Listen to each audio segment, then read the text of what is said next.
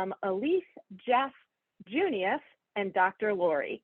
They have a proposal for a joint safety committee between Cincinnati Public Schools and City Hall. So they are all spotlit here. We'll ask you to do the same. I'll pull up a 5-minute timer on our phone here. And as soon as you start talking, we'll hit the timer. Go for it.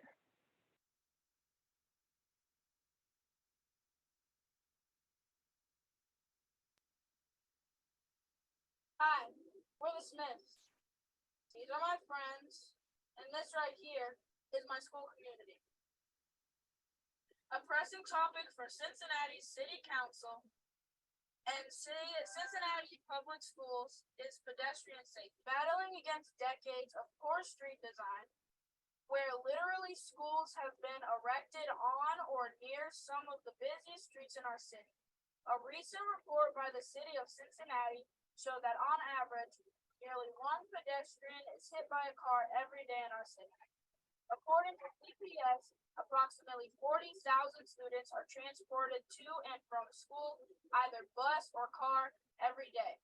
As reported by their public affairs department, at least 13 students were hit by cars during the 2018-2019 school year. We need our children to get to school quickly and safely. Do we need to see any more of these images?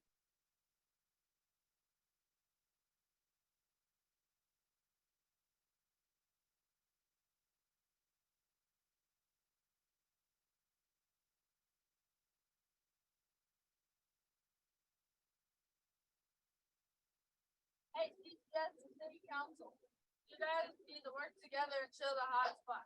Me and the other members of the student community, our safety is their responsibility.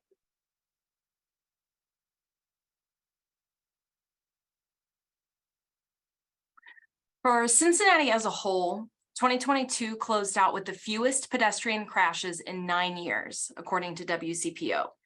This may be in part to small but potent pilot programs like #WalkAndRollToSchoolDay and new colored curb extensions on busy roads like the corner of Lynn and Chestnut, funded by the National Center for Safe Routes to School. Our group wants the city and district to scale and maximize these types of pilots to reach all traffic hotspots in the city district area. The schools own the land, but the city owns the streets. Cool Down the Hotspots, this is a two-way street, is the name for the joint safety initiative between CPS and the city we're proposing for how to solve this problem. First, CPS administrators, parents, and selected community stakeholders can analyze data on hotspots to determine specific sites that are most in need of immediate safety measures. This data can then be compiled into a report that is made available to the public. The public and other key stakeholders would then be invited to attend the public safety meetings to advocate from a grassroots level for community engaged solutions to be elevated up and through to the Department of Transportation and Engineering, who would finally take responsibility for getting the projects into the work queue for completion. Children can have safer commutes and get to school healthy and ready to learn. Cool down the hotspots. This is a two-way street.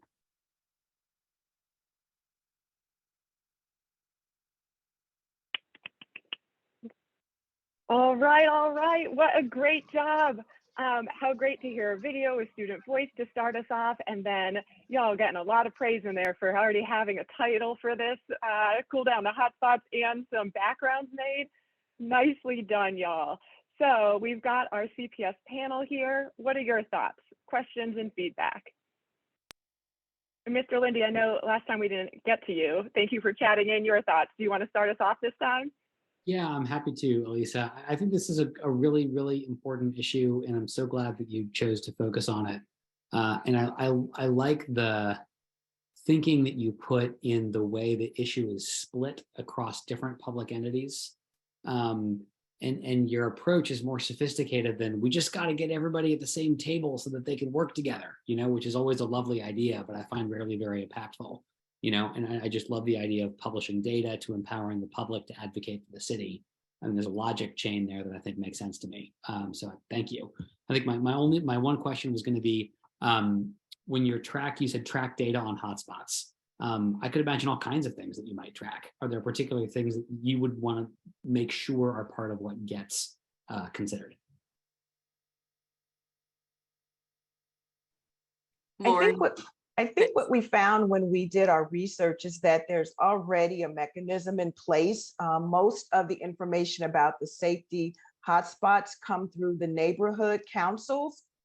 And so we really are looking for certainly more grassroots and more community efforts around them weighing in on the challenges in their communities. And then that information is sent up through those channels within the city.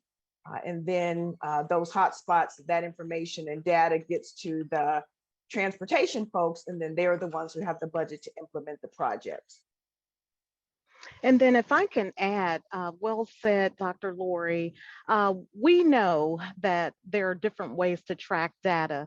One of the most compelling opportunities that we have is not only the school district to keep our students safe, but working jointly with the city. There's already some grassroots efforts. There's a committee that has made headway, but if we could progress that along, we could be a leading district that would be an icon, an example to other districts on how both the city entity has come together with the school district for our future leaders.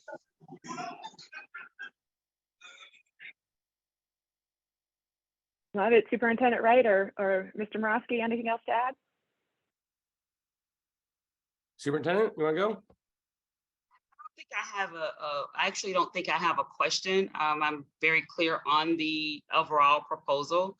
I think if there was anything that I would elevate, it's kind of along the same lines of President Lindy, knowing that the city has, that we currently do joint meetings right now with the city where this is one of the areas that is an area of focus. How might that be an existing platform already to then elevate what some of the, what the cool down, the hotspots focus would be? How might we use that existing structure to be able to support the pitch?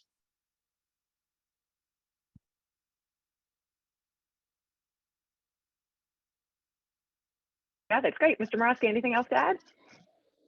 Just real quick. So thank you for doing this. Extraordinarily important. And if you can figure out how to get the city and the school district to work better together, then you also get a Nobel Prize and you don't just win the policy pitch night. So kudos to you. Question. I followed everything real quick. The last piece about this community conversation where people come together and they have all the data and everything. Can you just say a little bit more about that? And then I have one last question. Yes, there already is a mechanism in place. The information around the hotspots comes through the neighborhood community councils. Mm-hmm. And so what we are elevating in our presentation is how we garner more grassroots support for those communities, for those folks to attend the community council meetings, especially those that have concerns about the hotspots. And then that information is elevated through, as Superintendent Wright pointed out, the mechanism that's already there within the city to capture that information and send that up through the channel so that eventually makes it to the work queue for projects to actually be implemented. Great. Okay. I'm glad I asked that because I was thinking it was a new process. Thank you for that. And then lastly, and this is probably a dumb question, but you're used to it if you know me, I guess. So when we're talking about hotspots, are we talking about citywide hotspots or just hotspots around our schools? Because the whole city would be a hard thing for us to have, right. Primarily the areas around our schools, because again, our pitch is the schools and the buildings, but the city owns the land. So really ensuring the areas immediately around the school that students can get off the buses safely, they could walk to school safely, cross the street safely, but not looking at certainly the city at large. Thank you. Awesome. Thank you. Thank you. Thank you. Thank you. All right.